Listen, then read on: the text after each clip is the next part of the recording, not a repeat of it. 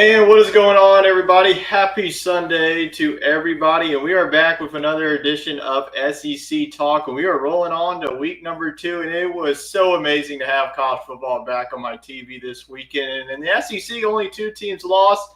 Probably not the teams that you thought would suffer that loss, with Alabama losing to Florida State and Texas losing to Ohio State on the road. So a pretty good weekend overall for the SEC. We had some big-time matchups with LSU going on the road to Clemson and getting a big dub, and South Carolina just taking down Virginia Tech just a couple of hours ago. So, Wade, what were your overall thoughts of the SEC, and how are you doing today? Hey, I'm happy. LSU took down Clemson. South Carolina won today, so Alabama lost. Pretty good opening weekend. Before we get going too far into it, I don't think our Facebook viewers are watching right now. Okay, now it's live. There we go. Sorry about that. We're having a little bit of operation here, both YouTube and Facebook. So everything should be good on Facebook. We get a thumbs up in the chat to let us know that Facebook is live. That would be great. But it's okay. It's only week number 2. We're still getting going here ourselves. But yeah, great college football weekend. Super pumped about the big LSU win.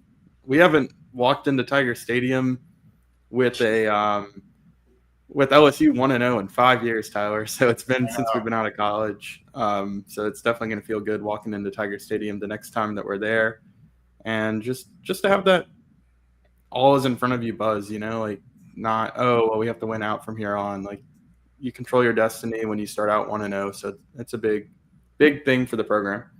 Yeah, absolutely. So let's go ahead and get right into it. We're going to start with SEC teams in the AP Top 25 poll. Now, just a note on this, the AP Top 25 poll has not been released as games are still rolling as we go on. Number 6, Notre Dame, number 10, Miami right now is playing. Then tomorrow night on Labor Day night, we will have North Carolina versus TCU. So I'm not really sure when the updated AP poll. So we will have that on next week's show for sure when all the games will be done and over by Saturday. But we'll just go through this. So just to know that Texas will more than likely fall down from number 1. We'll see who will overtake that number 1. Will it be Penn State or will it be Ohio State? Georgia will more than likely stay the same, number 5. Maybe there'll be some shuffling inside the top 10 with Clemson losing and Texas both losing. So I could see Georgia moving up to number 4.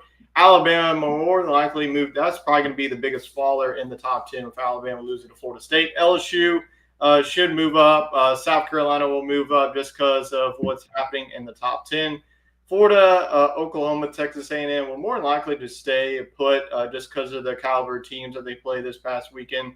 Ole Miss and Tennessee. Tennessee might move up with their recent victory over Syracuse, and Ole Miss at number 21. So do you agree with what I've just said of all the teams shuffling? I'm sure that we're going to get a lot of shuffling over this season, though. Yeah, I mean, it's early, but like you said, there's some movers up and down. Alabama's going to fall. Tennessee, sorry guys, I wasn't too high on you. You're going to move up some. They had one of the more impressive showings of the opening weekend. So yeah, I'm good with them moving up as well. A&M, I mean, they ended up looking pretty impressive. That running attack's going to be really good. So I think they'll move up a few spots as well. Yeah, so give me a quick second here. I'm trying to go live on Facebook. So people on YouTube, just bear with me. I'm trying to get our viewers here over on SEC Talk. It looks like we're having a little bit of technical difficulties trying to get this up. So sorry about those waiting on Facebook. I'm trying to do my best to get things rolling here. So I don't know what's going on. We might just have to roll out with Facebook tonight. So sorry about that. But we're going to go ahead and post it afterwards. Yeah, absolutely. So we're just going to go ahead and continue on with our show here. So, yeah, I agree with you. Like, there's going to be a lot of shuffling over the next couple of weeks. So I'll be interested whenever the new AP poll comes out where all of our SEC teams are and stand throughout the rest of the week. So just a reminder for those listening on YouTube, if you have any questions pertaining to your favorite team in the conference, we'll also take some out-of-conference questions, too. If you're a Big Ten fan watching this show, if you're a Big 12 fan, we'll definitely answer your questions as well. So if you have any questions, definitely feel free to leave us a comment in the comment section down below. And now let's go ahead and get into our first results of SEC Fantasy. If you were with us on last week's show, we drafted our teams, and now let's look at our first results. Wade, why don't you take it away with how your team did in week number 1? Yeah, always a little difficult picking a team week 1. You don't know who the newcomer stars are going to be. So I went with a pretty veteran bunch here, starting with Lenora Sellers. He actually just got done playing, so kudos to Tyler for doing the quick math and getting Lenora's stats in there. He had a good day overall. South Carolina took care of business against Virginia Tech. It was a little sluggish at times, but Sellers kept it going, mainly with his legs, honestly. He did have the one deep pass to Nick Harbor. That was kind of the highlight of the day for the offense, but Sellers continues to be one of the better dual threat options in the league. So you'll see him here on SEC Fantasy a lot. 233 yards, not too shabby. Peyton Lewis, running back out of Tennessee, he had a good game, but he found his way into a committee. I think that they went with 3 or 4 guys, each getting 7 or 8 touches. So it's going to be hard to pick a Tennessee running back until somebody separates, but I'll take it for week 1.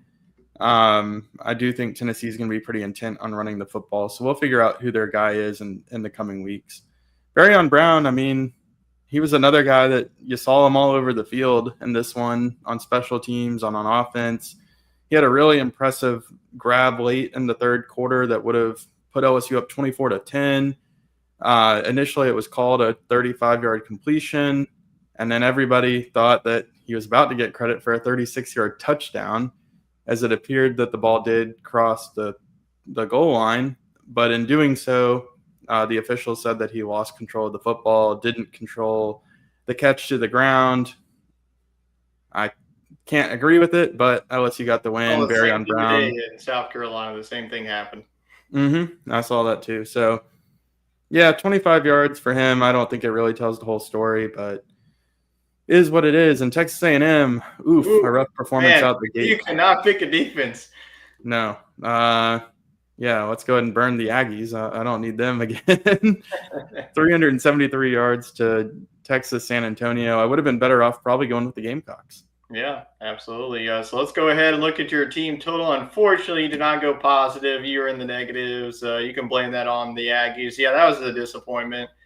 Texas A&M, another stellar defense, more than likely against, UTSA, they had a lot of big plays in that game. But unfortunately, Texas A&M's defense, you just continue to streak. Last year, you struggled with, you pick good defenses every single week, but, they just continue to disappoint. So we'll see whoever you pick this week can bounce back. But negative 77, we'll see if that's going to be enough to get a W or not. As we go to my team, I went with Garrett Nussmeier. Slow start for Nussmeier in this LSU offense. They only put up 3 points in the entire first half. But in the second half, Brian Kelly and the staff really made some adjustments. 232 yards, and 2 of those actually came on the ground. Contravion Wisner, running back of Texas.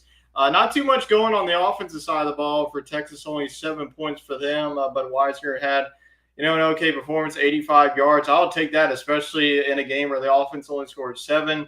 Cam Coleman, the wide receiver, honestly, I didn't really know what to expect from Auburn's offense. It was just a Jackson Arnold show. He had a really good game on the ground, 3 touchdowns for Arnold. But Cam Coleman only had that one catch on the game for 23 yards. So I'm sure down the stretch, whenever Auburn's offense and Arnold and Coleman get some more reps throughout the season, Cam Coleman will definitely have better games than this. Then Ole Miss's defense, you know what? I'll take it, especially after seeing your defense put up 373. Ole Miss's defense, 261 yards. I'll take it. And that'll be it for me for the Rebels defense in 2025 with our eliminator. So you're going to eliminate Texas A&M. I'm pretty sure you're happy about that. And I'm positive with 79. Honestly, I'll take it. So that 79 to negative 77, I move to 1-0 against you overall in SEC Fantasy. And with that, I will have the first pick for week number 2. And before we get to our fantasy draft, let's go ahead and just refresh the viewers on the weekly rules. So the roster format is 1 quarterback, 1 running back, 1 wide receiver, and 1 defense. So for quarterback instance, we count both the passing and the rushing yards. Running back, we count both the rushing and the receiving yards. Wide receiver, if they do rush the ball, they get credit, but mainly most of that will become on the receiving. And then the defense, that's just a total yards that a defense gives up. We don't do any like PPR and half PPR like all these other formats. We just do the yardage here.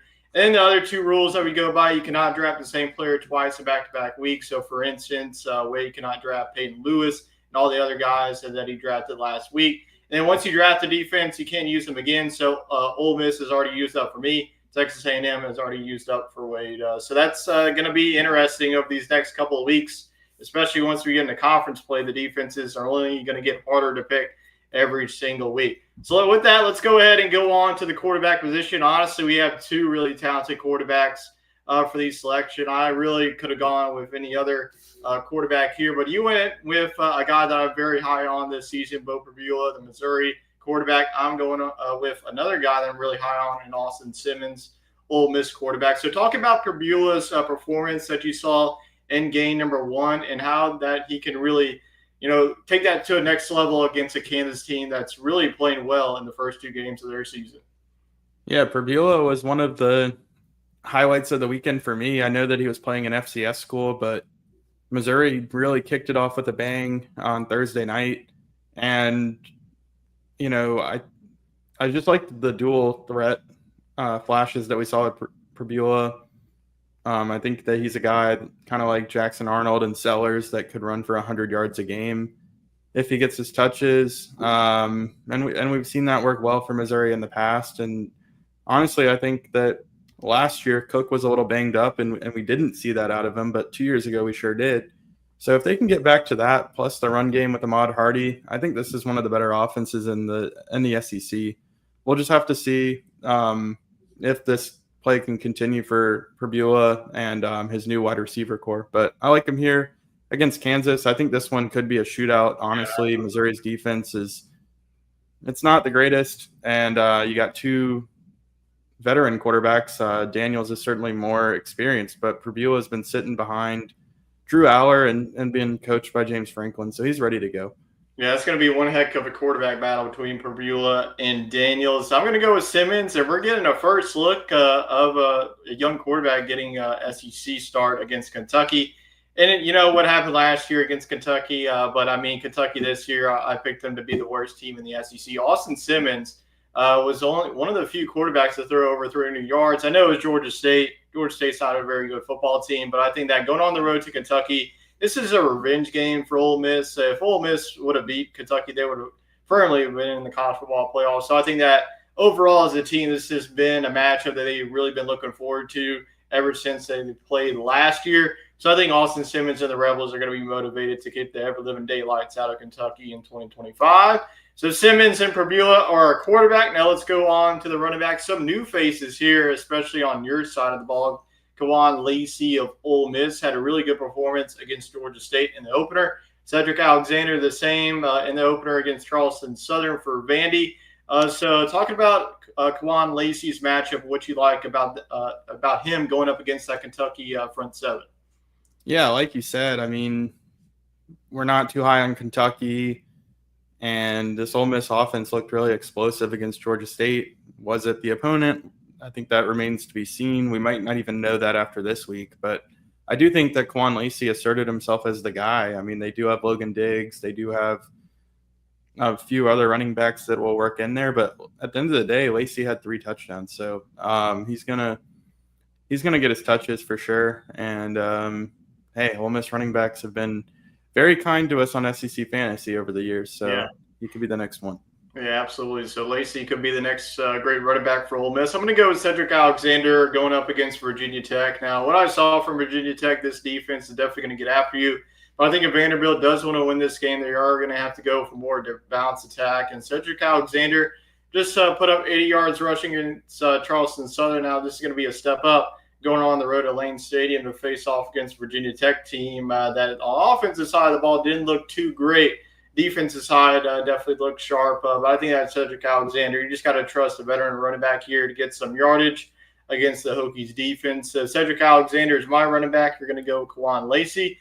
Now let's go on to the pass catchers. Some new faces here. Jeremy Bernard, who had a fantastic performance even in the loss against Florida State. And then Omega Blake, the transfer wide receiver now at Arkansas, had a really solid performance in the season opener against Alabama A&M. So talk about Jeremy Bernard and how he can continue to get things going against Louisiana Monroe at home this time.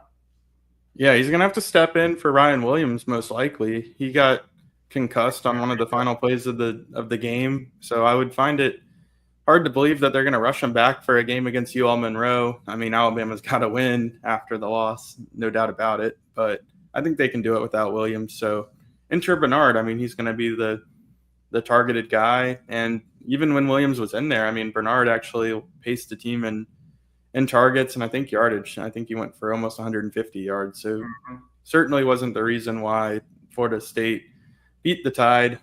He was one of the more reliable guys, so I like him here. Now, your guy, Blake, was he at Mississippi State last season?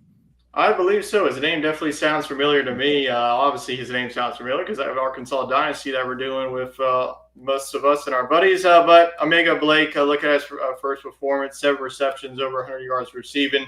Taylor Green was looking to him early and often. And that's going to continue against Arkansas State defense that definitely struggled last season. So give me Omega Blake. I think that he just continues to shine in this Arkansas Razorback offense. I honestly went with a double stack here. I love Taylor Green. I'm sure I'm going to use Green later in the season. But Bernard and Blake are receivers. And now let's go to the defenses. You're going to go Arkansas, their matchup against Arkansas State. Auburn's got a home game against the Maction and Ball State. So talk about Arkansas's defense and how they can not disappoint you like A&M did against Arkansas State. Yeah, look, I made this pick before I realized I let up 373 yards. Yikes. This isn't a chalky pick because Arkansas has had their struggles, but they are playing Arkansas State, and they did I think they pitched a shutout this Saturday, so I think they're as good of a bet as any. Auburn was the pick I wanted, actually, so kudos to you there. I think that defense looked really good against Baylor at times.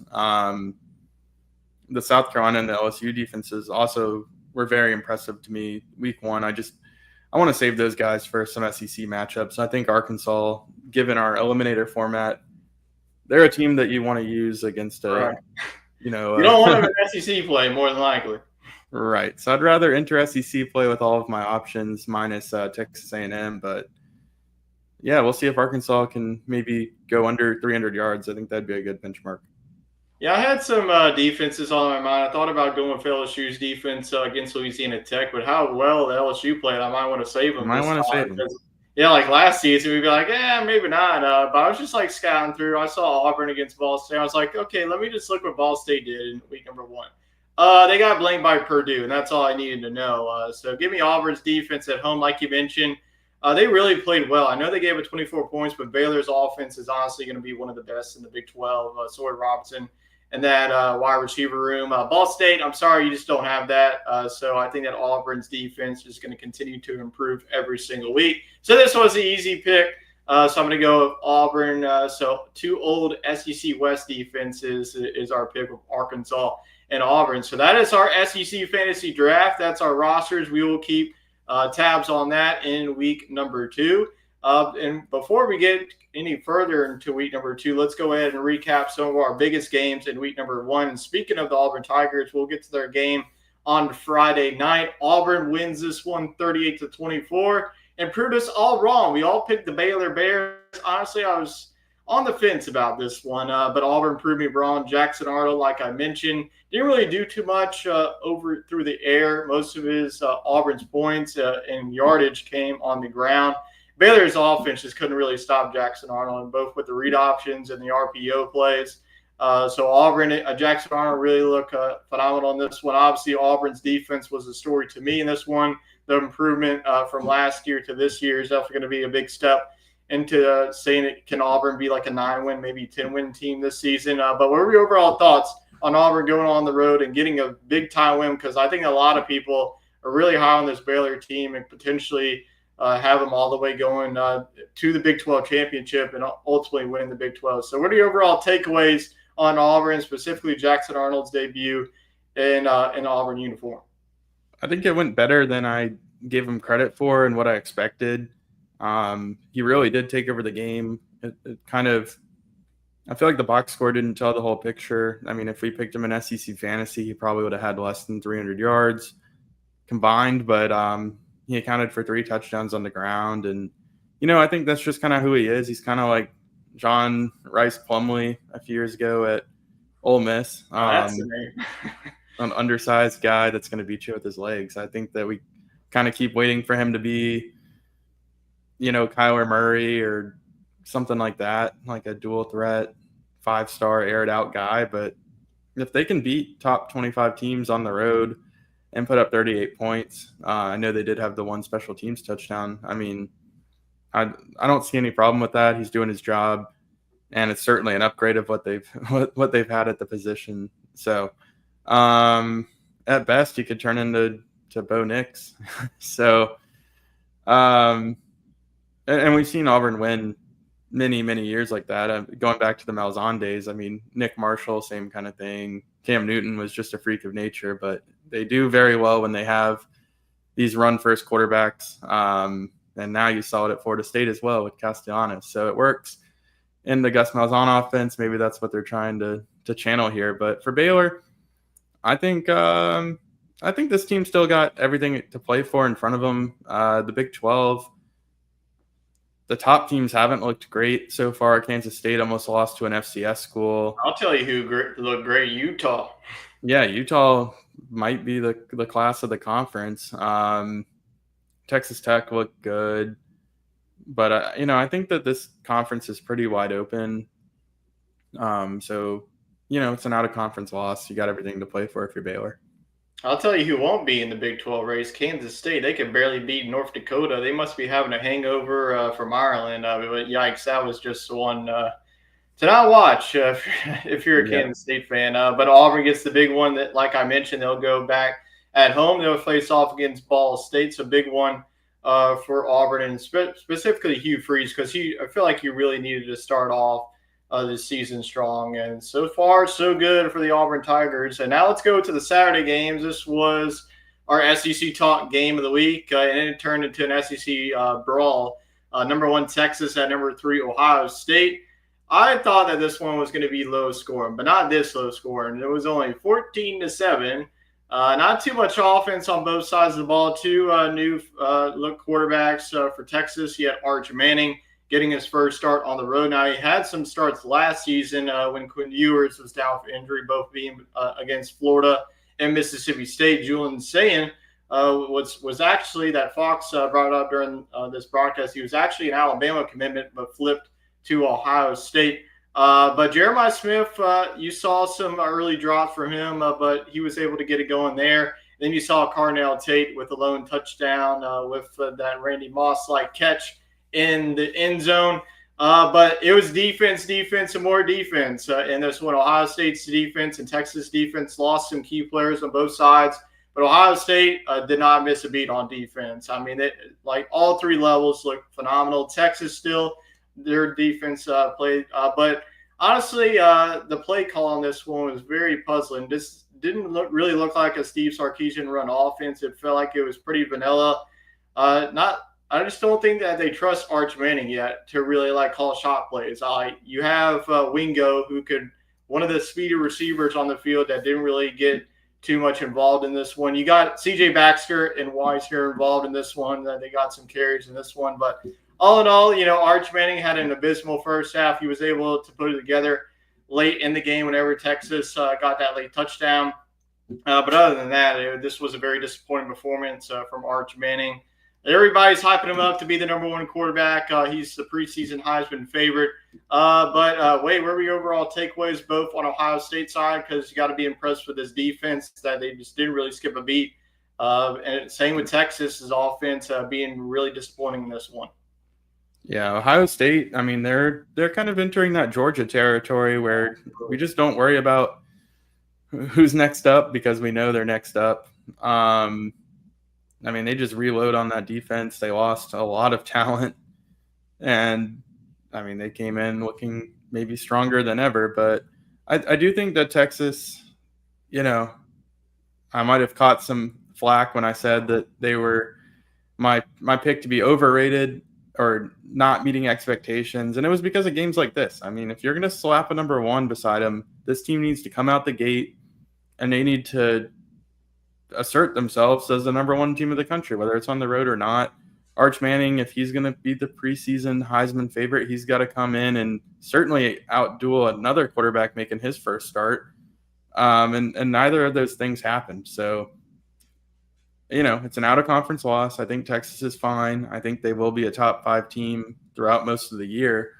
But I think we gave this team the Georgia treatment or the Ohio State treatment where we're like, oh, yeah, they can lose their defensive captain and they can lose their 2-year starter at quarterback and 2 first-round receivers over the last couple of years, and they'll be fine.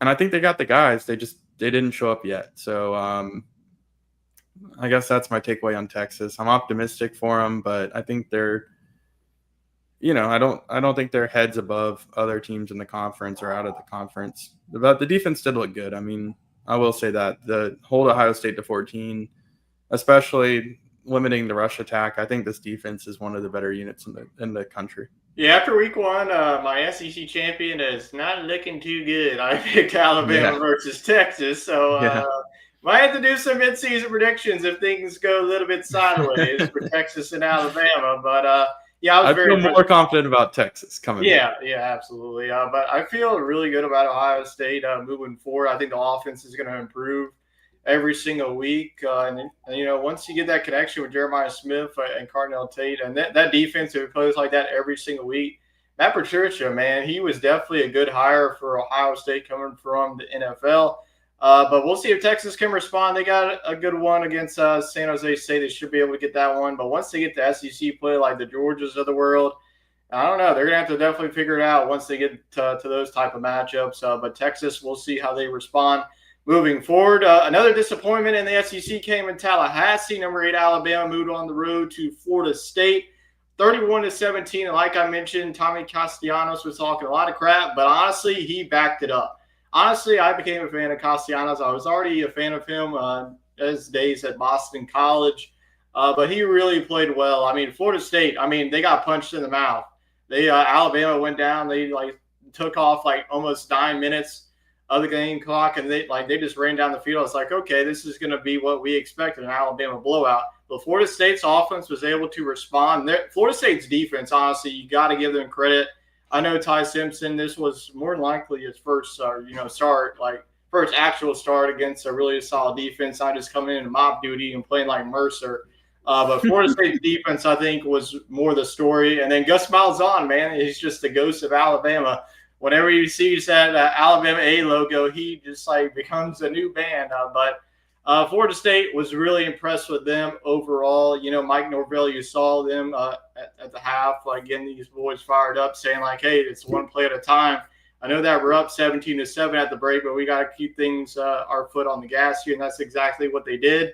Alabama was able to fight back, maybe at 24-17, but Florida State was able to respond with a late touchdown. That defense was able to force some key turnovers there. But Florida State, after going 2-10 last season with DJU, Florida State fans got to be the happiest person alive, but to see an actual quarterback that actually both run the ball and throw the ball down the field. So I was very impressed with Florida State. They're my winners of this week. I think that they could definitely be a dark horse to win the ACC.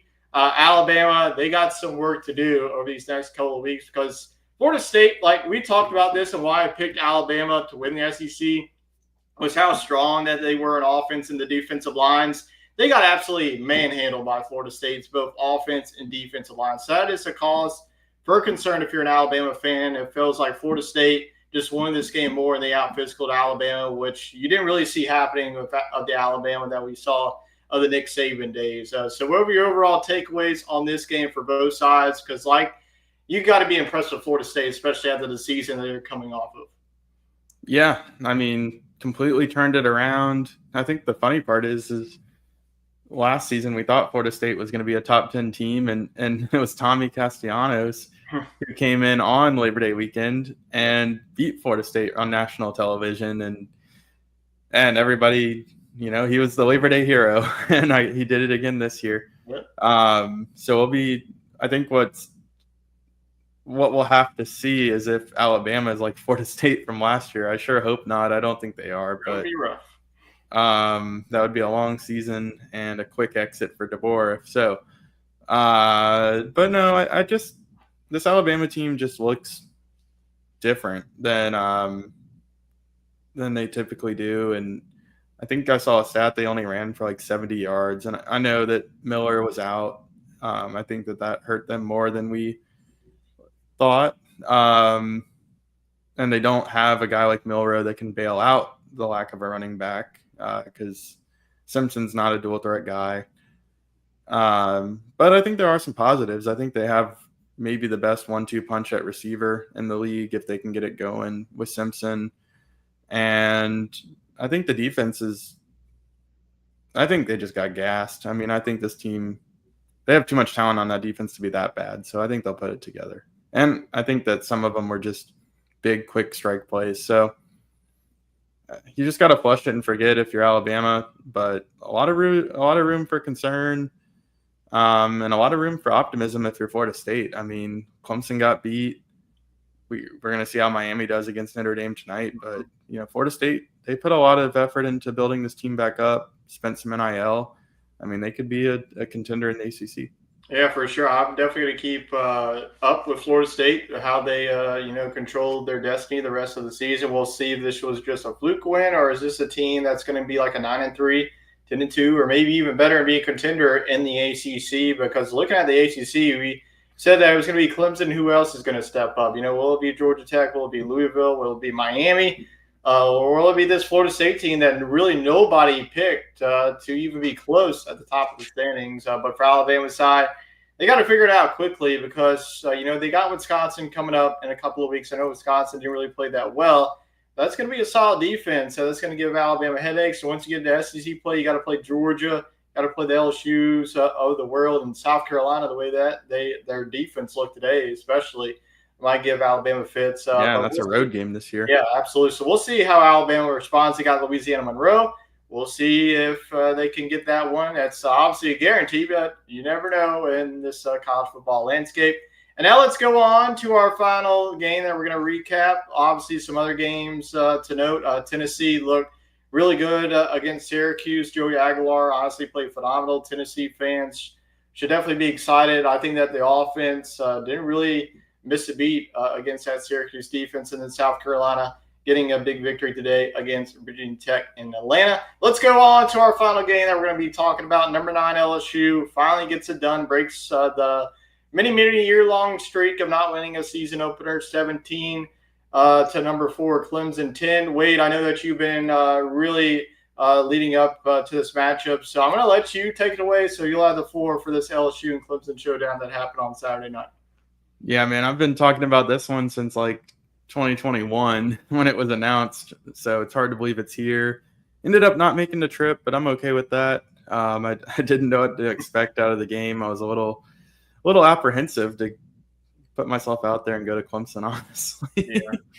But hey, look, LSU got it done, and they got it done with defense. I think that's the big takeaway from this one. I think we kind of expected Nussmeier and Klubnik to have this great quarterback duel, back and forth touchdowns, but I think both teams' defenses came to play and made the quarterbacks look a little rough at times. But look, Nussmeier never made a mistake. He kept it close to his chest, took sacks when he needed to, took the easy throws, and I think that's kind of what propelled LSU to victory here, because Klubnik, when things weren't going well for their offense, he started to try to push it down the field. He would throw out of sacks, and that led to him getting intercepted in a moment that I really think changed the momentum of the game.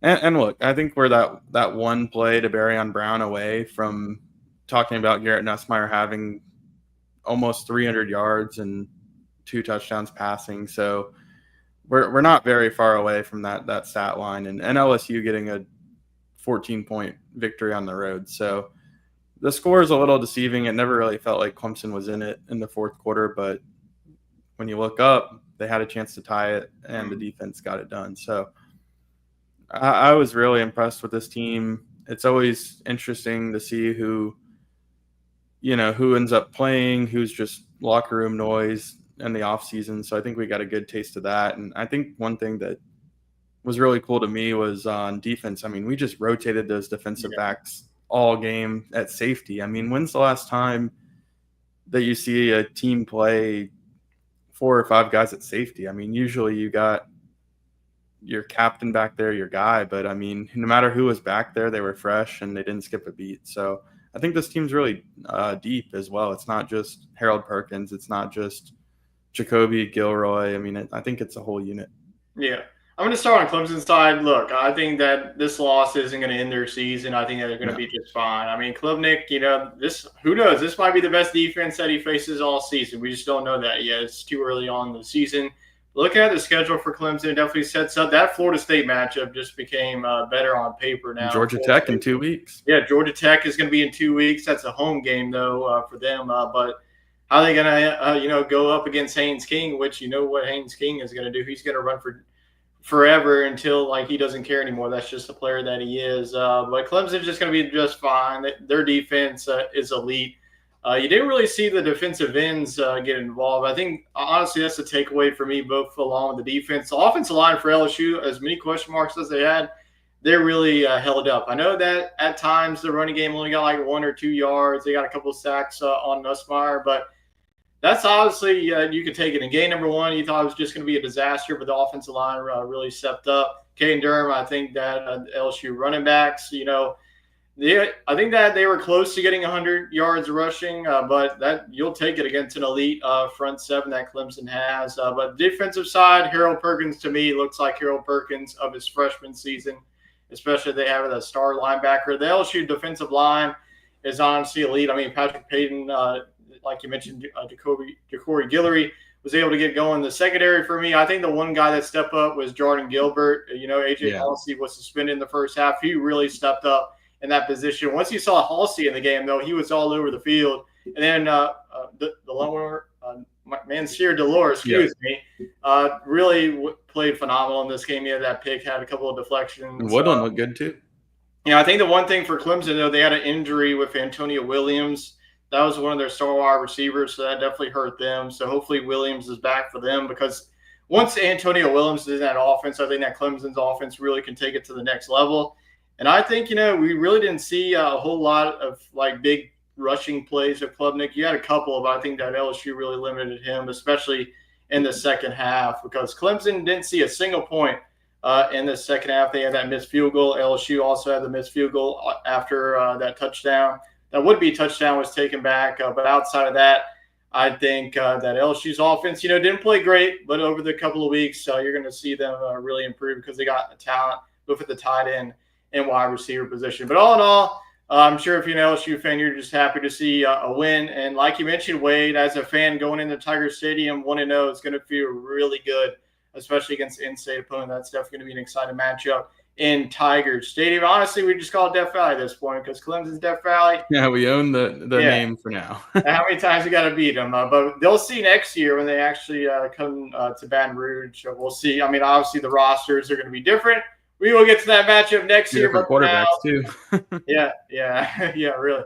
But LSU still want to know. Clemson, like I mentioned, will be fine. No room to panic. This is going to be honestly an 11-1 team. I think, in my opinion, I think they can really run the table the rest of the way. So that is our Week 1 games. Now let's get into how the crew did in their Week 1 pick'em results. Wade, you went 11-5. You had a couple of shot picks of Syracuse, Toledo. Toledo almost pulled it off against Kentucky, but the Syracuse pick, you almost had it. Syracuse had that late comeback, but not enough for Tennessee there. But let's go to myself and Chet, 13-3. I think the lone discrepancy between Chet and I was I picked Texas. I believe he picked, Southern Miss against Mississippi State. So that is our picks. So very good. I mean, it's honestly, these first couple of weeks are going to be pretty easy to get over 500. So now let's roll into Week 2 pick'em results. Week 2 games and pick'em, excuse me. So just note the rankings that you see are from the AP poll that we have from last week, since we're doing the show on Sunday night. So just a heads up, if you see like number 1 Texas, they're not obviously going to be number 1 this week. Let's go ahead and dive into the week 2 games and pick them. No Thursday or Friday games. Everyone's playing on Saturday. So let's go ahead and kick things off between San Jose State at Texas. So do you see the Longhorns bouncing back in their friendly confines here? Yeah, I think this is a good spot to do it and let Arch Manning kind of get some reps, really air it out, feel confident. He looked good late, so hopefully you can build on that.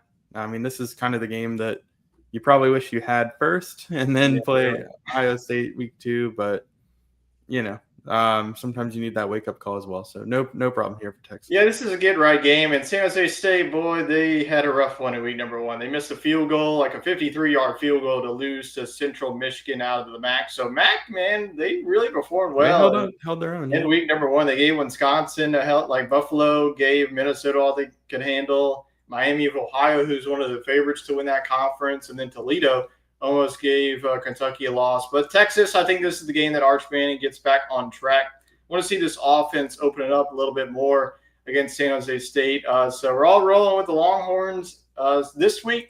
Now let's move on to the next game, Utah State at number 19, Texas A&M. Texas A&M's defense definitely needs to improve this week. You got to limit the big plays this week. So A&M versus Utah State. Do you have the Aggies moving to 2-0 before their big game against Notre Dame? Yeah, I mean, Utah State's not a bad group of 5 team, but Texas A&M, I mean, Marcel Reed and those 2 running backs showed me enough to feel confident that there shouldn't be an upset here. I'm not confident enough to say they'll beat Notre Dame, but let's watch them play another week. Yeah, I'm going to go with Texas A&M. I don't see Jordan Love walking through Utah State's locker room anymore. So I'm going to go with the Aggies. I do think that the defense, they need to improve this week, especially before they go on the road to South Bend and face off against that rushing attack led by Jeremiah Love. But I'm going to go with the Aggies, and Chet will also go with the Aggies. So far, in agreement with every SEC team so far. Now let's move on to a game that, why are we playing this game? I mean, Marshall and Austin Peay. Come on, Georgia. Do better than this in the non-conference. Austin Peay at number 5, Georgia. I'm not even going to waste my breath. All G's. Let's move on. All right, let's get into a game that actually should be worth talking about. Is our first SEC conference game. Number 21 Ole Miss at Kentucky. Kentucky in week number 1 got a slight victory over Toledo of the MAC. Ole Miss absolutely destroyed Georgia State, put up 63 points. Defense looked really good too. So do you have Ole Miss getting their revenge against a Kentucky team that somehow, some way found a dub against Ole Miss and Lane Kiffin's squad last year? Yeah, I still don't know how that happened. I mean, Kentucky gave Georgia a run for their money too. So that was wild. Kentucky will do this to you, but I don't know if they're going to do it this year. Yeah. Look, and they always seem to play these like week 2 SEC games. You got to go up there, and they just got beat around by a MAC team, but they somehow put it to you. But no, I see this one being more like the South Carolina game last year at Kentucky, where it was like 31-0. I think Ole Miss is right where they want to be. I think that they're respected enough that they're ranked, but I think this team has the potential to be a top 10 team if they put it all together. So I think this is another building block win for them. Yeah, Ole Miss, like I mentioned, this is one that they've been circling. I just don't see this one close. Kentucky's offense did not impress me at all, especially Zach Calzada. That's why I picked them to be dead last in this conference. Ole Miss's defense is really going to be a tough game plan against Kentucky. And Austin Simmons, he's going to show you why. He's going to be one of the best quarterbacks whenever this season is ended. So give me Ole Miss. I think that they win this one. Like you mentioned, it's going to be similar to that South Carolina game. I'll say like 34-10. Sorry, Kentucky, you're just going to get outmauled against Ole Miss. Just going to go with the Rebels here, so a clean sweep in our first conference game of the season. We'll have plenty more. And then we have in-state battle, East Tennessee State. The Buccos are going on the road to Rocky Top to face off against number 24 Tennessee. So I know that you are quite familiar with this ETSU team. You have some family ties. So how do you see this in-state battle playing out here? Well, I already picked on Tennessee last week, and it backfired. So I don't necessarily think I can pick on them this week. I'll have to check with my sister and see if she's got any friends going or if she's got plans. But Yeah, ETSU is a good little school up in the mountains, not too far from Knoxville. So I think that they'll have a good showing. But this Tennessee team was one of the ones that impressed me on the weekend. Joey Aguilar looked better than Nico, to be Yep. honest. We'll see how good Syracuse Not hard to turns do out to that. be. I think they're going to take a step back. But this offense did not skip a beat, and they have 3 capable running backs. So definitely an interesting team to follow. I think Tennessee, I was wrong about them. Yeah, I think Tennessee is going to be better than people expected. I just don't think that there's going to be that sudden drop off because I think that everybody was propping up Nico, and we saw Nico last time he sucked. So Tennessee, give me sorry UTSU. This is just a complete overmatch. You're gonna get your check, get out of here. But we're all rolling with the balls on this one. So now let's move on to the next game of the weekend. It is a border war between Kansas and Missouri, an old Big 12 showdown. I mean, honestly, the peak of this game, whenever it was like 2007, when these two teams were like in the top 5, undefeated. Like Jeremy Maclin, Chase Daniels. Yeah, that was an insane game. But two solid quarterbacks once again, like you mentioned at the start of the show, Bo Pabula on Missouri's side, Jaden Daniels, the 5th year. It might be honestly 6 years. He's been there forever, it feels like, in Lawrence, Kansas. So Kansas and Missouri. Like you mentioned, you expect this one to be a high-scoring shootout. So you have between the Jayhawks and the Tigers. Yeah, I'm glad to see this one back on the schedule. I do think it could be high scoring. I mean, I think just the quarterback play in its own right, 2 dual threat guys. I could see them both throwing for 350 yards, honestly. To me, it comes down to Missouri being at home and having Ahmad Hardy. I think that if they want to change the pace and bleed some clock, I think they'll be able to do that and run the ball against Kansas. So give me Missouri here at home. If it was in Lawrence, I might flip my pick, but I like the home team here. Yeah, I've been pretty high on Missouri at the start of the preseason. Like you mentioned, Hardy, the running back, I think he's definitely going to be a problem once we get to throughout the rest of the season. Bo Pabula, I think, is going to be really good. Like I mentioned, I think that this is going to be a high-scoring game too. I think that Missouri at home and what is this about? Like the SEC teams are just going to rotate what teams, like what stadium is going to be under construction? Because first it was Vanderbilt, then I turned in on the Missouri's game on Thursday, and they have a bunch of. Hey, look, their renovations look really cool, though. Yeah, I know. But it's like, what SEC team is going to be next to have this construction zone at one of their end zones? But I'm going to go with Missouri, and Chet's going to be the first going the other way. I don't with the Kansas Jayhawks. I don't hate it too. I mean, Kansas. I was all on Kansas last year. They disappointed me. So maybe this is the year of the Jayhawks, the way that the Big 12 is shaping up this year. So 2 on Missouri and 1 on Kansas. We'll see how that plays out in our pick'em standings. Now let's move on to the next game. It is also another in-state battle between South Florida at number 15 Florida. And if you watch South Florida, they absolutely manhandled Boise State, a team that was completely overrated. Don't even know why they were in the top 25. I just didn't think that they were the team that they were last season. Obviously, you lose a guy like Aston Genty, who is like a one of one player. At number 15, Florida, they face off against Long Island. You expect it to go how it went. I mean, just Long Island, you just saw that coming from a mile away. But South Florida, can they keep it close here against the Gators? Honestly, yeah. I mean, this team, they were a big winner of the weekend. They beat Boise State pretty bad. Great quarterback play. A dual threat quarterback that could bleed a lot of clock, limit Florida's possessions. This one made me hesitate and think, but I'm not jumping off the Florida bandwagon. I've been hyping this team up a little bit this season. I like DJ Lagway. They didn't give me any reason for concern, so I'm going to go with Florida here, but they better watch out because South Florida, I mean, they looked really impressive against Boise State. Yeah, this is not a team that I want walking into my building in week number 2. South Florida's a team with a lot of confidence, and Barry Brown played phenomenal in week number 1. So this is like 2 dual threat quarterbacks going at it. But I think that I'm going to trust Florida's defense and their environment in this one. So I'm going to go with the Gators, but I think it's going to be closer than people expect. But I think that Florida gets away with a win. They moved to 2-0. Jed also thinks the same. Clean sweep on the Gators. Honestly, I'm surprised he didn't go with the Bulls because I know he was talking in our group chat that he was impressed with South Florida, as we all were. But all Florida in week number 2. Let's move on to our next week 2 matchup. And yes, this is our annual Little Rock game, Arkansas State versus Arkansas. The Red Wolves did get a 42-24 victory over Southeast Missouri State. Arkansas cruised to an easy victory over Alabama A&M. So who do you have in this in-state battle between the Hogs and the Wolves? This might be the final Little Rock game. But if you're going to do one, I think this one makes sense. Yeah. Central between the two. Put it in the state capital. Why not? I got Arkansas, though. I mean, I think this team looked good week 1. I don't think they're going to win the SEC, but I think they're a solid middle-of-the-pack team, and I don't think Arkansas State's very good, so no problems here. Yeah, no problems to me here. I mean, I know that you were going to pick Arkansas, especially with your Hopefully. I just need that defense to do well. Yeah, Arkansas. Yeah, you don't want Arkansas State, putting up 24 points on Arkansas's defense. But I just think that Arkansas is just going to continue to pile up some victories early on this season. So giving the Hogs, and Chet's also going with the Hogs too. So outside of that Kansas pick, we're all rolling with the same teams here. So we will move on to the next game. Another in-state, not really a rivalry, but it's a game.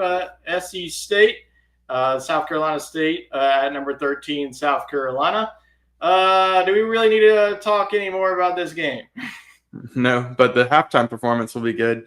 I've been to this game several times as a kid, so that's a good. If you're going to play an FCS school, play the team down the street and go Gamecocks. Yep, all rolling with the Gamecocks. Should be a fun environment. It's always a fun environment in the home opener. So we're all rolling with South Carolina. Let's move on to the next game. And man, a lot of people are saying, screw it, let's just play some of these teams in the state. That's how you should do it. Number 9, LSU will have their home opener against Louisiana Tech. Louisiana Tech and LSU hasn't faced off, feels like, in quite some time. So how do you see this one going between the Bulldogs and the Tigers? And can this Tigers defense continue their hot streak here? Yeah, I think they played the year before the national championship season, or maybe that season. But yeah, either way, I mean, or no, it was earlier. I think it was like our sophomore year. But yeah, it's been a minute. I don't see any issues here for LSU. I mean, Louisiana Tech, I think they're a pretty down team right now. I like the move for them to the Sun Belt. I think that will help them get a little bit more relevant, get some fans in the stands. But LSU is going to curb stomp them this week. Yeah, well, if you miss Louisiana Tech, who they face off against in week number 1, they shut out Southeastern Louisiana 24-0, and they're who we got next. Yeah, well, after Florida, yeah, I think that LSU just continues to roll. Should be in good environment out there in Death Valley. I think that the crowd is going to be energized for once in a home opener because you don't start off the season 0-1. All rolling with LSU there. So let's move on to the next one. Number 11, Arizona State at Mississippi State. One of the more underrated games here, this SEC slate in week number 2. We saw both of these teams face off in the desert, though. This was before really Arizona State got rolling and looked like a playoff caliber team. But Arizona State in this one, it was a high-scoring shootout. Arizona State pulled away, though, late to win this one. So do you have the Sun Devils going 2-0 over the Dogs, or do you have Mississippi State protecting home turf here? Arizona State didn't look great week 1.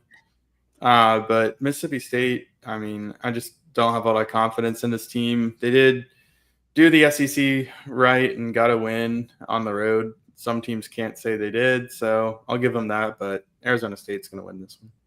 Yeah, I definitely going to be looking forward to this one. Arizona State, like you mentioned, didn't really play that well. I believe they played Northern Arizona in that one. The offense struggled early in that game. We were able to get going in the second half. Same Mississippi State. I mean, if you watch the first half, it looked like, Southern Miss was really going to keep it close the rest of the way. And then the run game got going both with Booth and Bothwell. But Mississippi State's defense really locked down in the second half, and they're going to have to do the same against the Arizona State team. That's definitely going to run the football against them. But this was one of the upsets I think that was going to happen in the preseason. I'm going to go with Mississippi State. This is a tough road trip. Going from Arizona State and the Cowbells, that is a pain in the butt if you haven't really experienced that the whole entire football career. So I'm going to go I'm going to go with the Bulldogs here. I think it's going to be a little bit higher scoring. I think both teams get into the 30s. So give me 34-31. The Dogs get a statement victory. And not saying that Mississippi State's going to like put the SEC like on the map here of this win, but I think that Mississippi State's going to shock a lot of people because everybody and their mother are going to be picking the Sun Devils this week. And I'm the lone dog on this one, as Chet is going to be going with Arizona State. So we'll see how things go down there in Stark Vegas on Saturday night. Now let's move on to our SEC Talk Game of the Week. College Game Day will also be making the trip there. So number 14, Michigan, and number 18, Oklahoma. Michigan got the 34-17 victory over New Mexico and Bryce Underwood's debut. With the Maize in blue, Oklahoma the same, and John Mateer 35-3 win over Illinois State. So this is a big-time matchup between two powerhouse college football programs. So how do you have this one shaping out, which should be an exciting game out there in Norman, Oklahoma? Yeah, I think it will be. Two different style offenses, really. I'm a little bit higher in Oklahoma than I thought I would be. I like the clips I saw with Mateer. They got Jalen Ott at running back too, if he can get healthy. Michigan, kind of lackluster, honestly, in the opener. I mean, they did okay.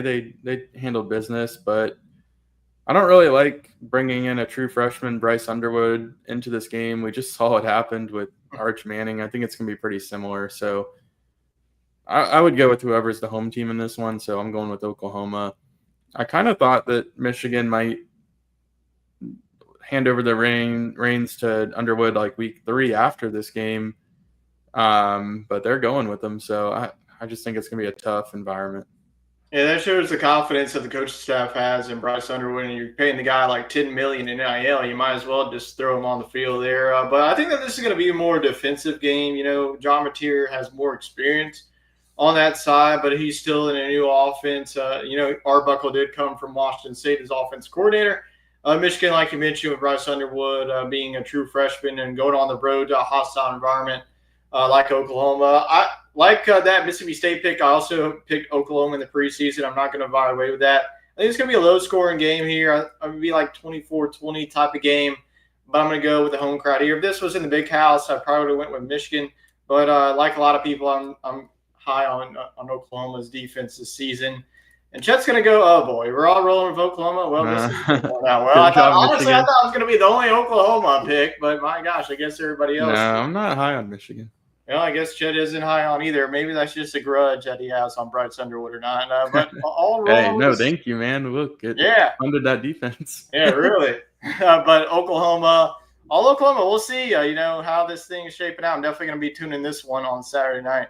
Let's move on to the next one. Ball State at Auburn. Can the MAC keep this one close over Auburn at home? No. Like you said, they got shut out by Purdue. Yeah. Not very good. Auburn. All right, let's go on. Should be an exciting environment for Auburn, but Ball State, I'm sorry, just don't have the caliber of team to get it done here.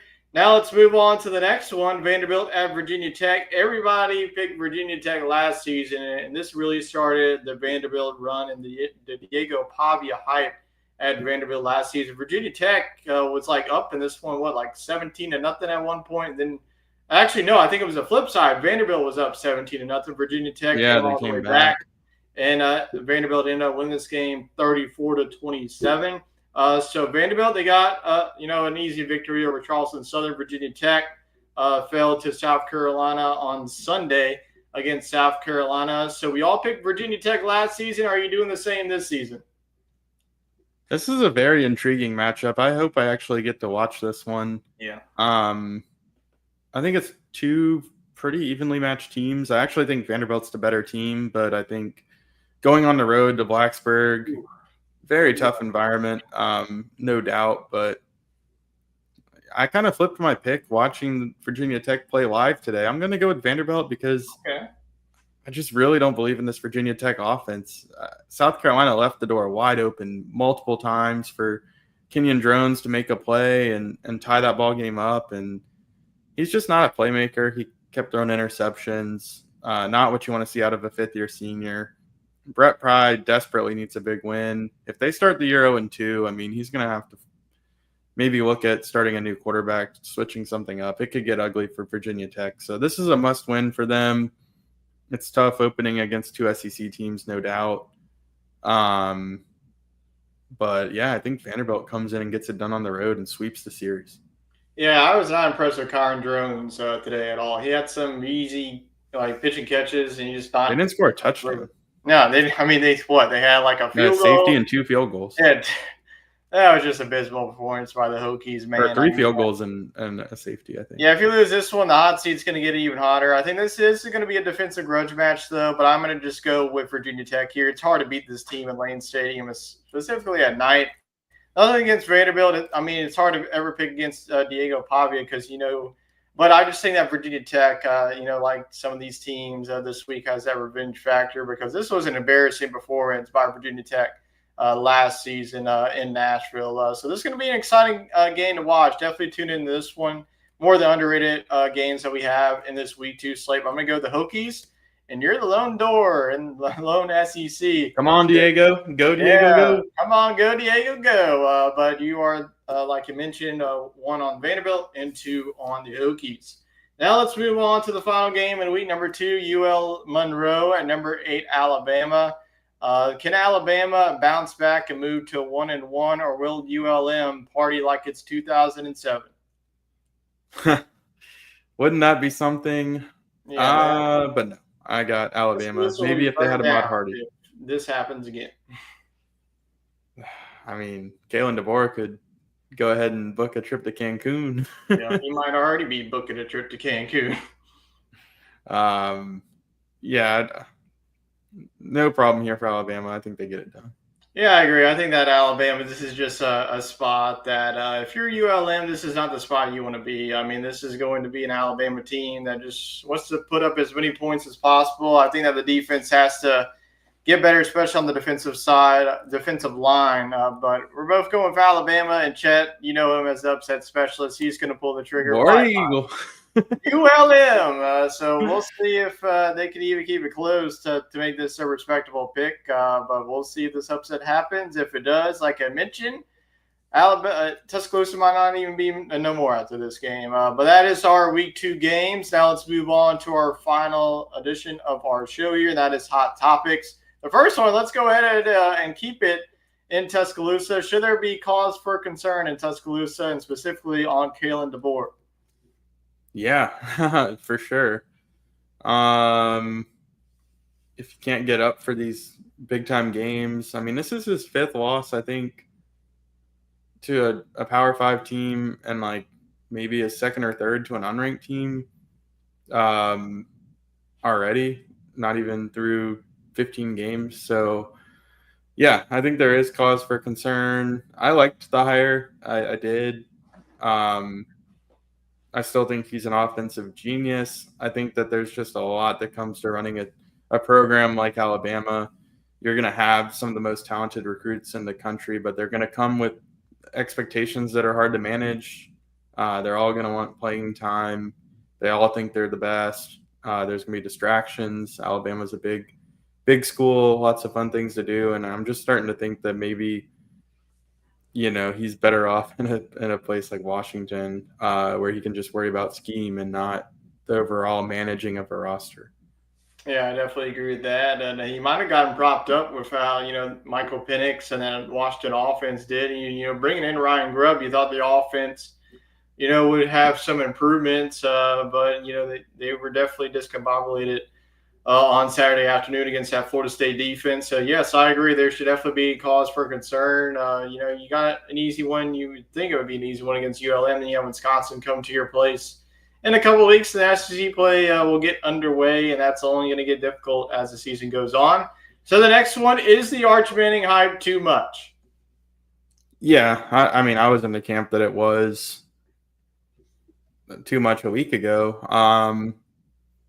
And now I think a lot of people are going to start to agree. I just think that he was being set up for failure because, I mean, he basically had to go in there on the road, first real start. I mean, I know he did start 2 games against lesser opponents last year, but first road start against a number 3 team, one of the best defenses in the country. And anything short of winning by 10 points was going to be considered a failure, right? Even if they won and they only won by like 3, it would have been, oh man, like, is he legit? I mean, that was just a lot of pressure.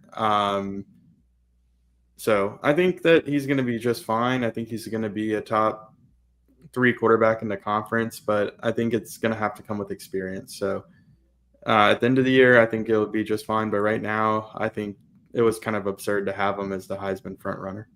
Now we're going to move on to our SEC focus, questions from week number 1. Which player in the conference caught your eye this weekend? I'm going to go with Bo Pribula at quarterback. I mean, he was the first player of the weekend, but just kind of stuck out to me. Just kind of looks like a really talented dual threat guy and the kind of player that Missouri needs to take him over the top. Yeah, I'm going to go with Nick Harbor. I mean, what I saw today in that touchdown is what we need to see more from Nick Harbor. Nick Harbor, he struggled a little bit last season. I think that he really needs to get going and be that alpha wide receiver 1 for the South Carolina team. So I want to see more of that. So I was really impressed by him on Sunday against Virginia Tech. Now let's move on to the last one. Which team in the SEC impressed you in week number 1? I mean, I think the obvious answer is LSU getting the biggest win of the weekend. And so I'll go with the chalky pick there. I mean, I just think the defense was really impressive, and I think the offense is only going to get better. So to me, it's LSU. I mean, with Texas and Alabama both losing, you can make an argument that LSU is the best team in the SEC right now. Yeah, you can definitely make it. I'm going to go with Tennessee, a team that, I had some question marks going into the season, just how this offense was going to be. But, man, Joey Aguilar looked impressive against the Syracuse defense. I think it's going to be better than what they showed in Atlanta on Saturday. So Tennessee is my pick. But LSU and Tennessee, I feel like those are the 2 picks of the SEC. There were some disappointments, too, that we won't get into. We'll keep a little bit positive. But that is the 2 teams, in our opinion, that impressed us in week number 1. That's going to do it for our week number 2 show here. We'll keep it rolling next week as we will recap week number 2. And then we will look ahead to week number 3 as we get some more conference games, because week number 3 is going to feature some big-time matchups, both in the conference and out the conference. We have Florida, LSU, Georgia, Tennessee. Then outside we have A&M and Notre Dame headlining our non-conference games. So we appreciate everybody tuning in to a special Sunday night, or more than likely next week be back to our Monday night roll on SEC Talk. But we appreciate everybody for tuning in. Enjoy your Labor Day and the rest of your week. And we'll see you right back here on SEC Talk.